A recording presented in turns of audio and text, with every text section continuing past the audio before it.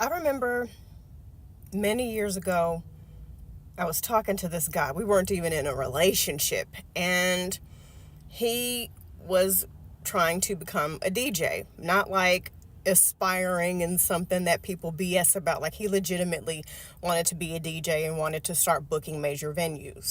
This guy was completely emotionally unavailable and would only spend time with me when he wanted to do, the horizontal tango, if you know what I mean. So I came up with this bright idea to make him like me more. I decided that I was going to offer to become his manager, and I would be the one in charge of promoting him and going to different nightclubs and bars, or even colleges and schools that were having events, and giving them information about him, a demo CD. So he's on board. He's 100% excited. He gives me all the information I need to talk to these people.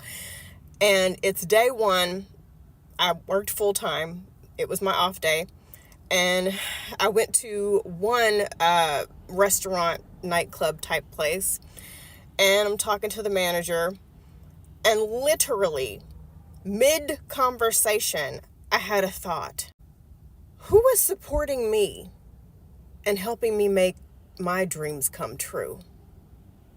How long exactly am I going to be doing this for him? When am I ever going to get any free time? And at the time I had written my first book, it's under a different name. It's a fiction book. It wasn't a really good one. If you find it, I'm happy for you. Congratulations. He didn't buy the book. He didn't post about the book. He didn't talk about the book. He didn't tell me he was proud of me or anything. And that was the first and last day that I was his manager. And people think I woke up one day and became the person I am today who talks about the things that they talk about. No, it was little things that I learned along the way that made me become this person. Because even back then, in the height of my pick-me era, I knew enough to wake up to that much at that point. And then I went on to date another guy who on our second date gave me pamphlets to pass out for his cell phone business, and I immediately threw them away and blocked him. And I say all that to say this: there are so many women who are doing things for these men because you think that's going to make them like you.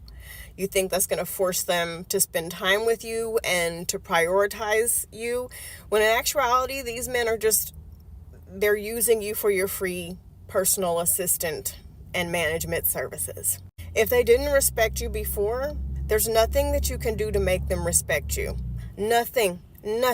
They're going to wring you dry, use you for all you have got, and they're going to let you do that until you decide that you have had enough. And this happens a lot in Christianity, especially because there's this belief that we're supposed to be the helper. God only created women to help men. I don't buy into that at all. I think that, that was written to benefit men. A lot of women have so many dreams, and maybe you don't have a big dream. Maybe it's just there's a hobby that you want to do or something like that, and a place you want to move to. I don't know. And a lot of women will give all that shit up to become this man's helper for religious reasons, for pick-me-ish reasons, for a plethora of reasons, because that's what they're told they're supposed to do. That's what they said. That's what they saw their mom do. But you are a whole and complete person with desires and dreams, no matter how big or small. Your dream might not be to become an influencer or a movie star. It might just be to own your own home one day. It might just be to, do a marathon.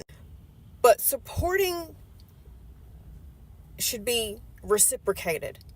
If I ever get into another relationship again, I'm the type of person, I'm going all out for you. But there's going to be an expectation that you're going to do the same for me. We're going to be each other's biggest fans and cheerleaders. So, one, I don't hate relationships. Two, I don't think there's anything wrong with catering to your partner as long as it's being reciprocated.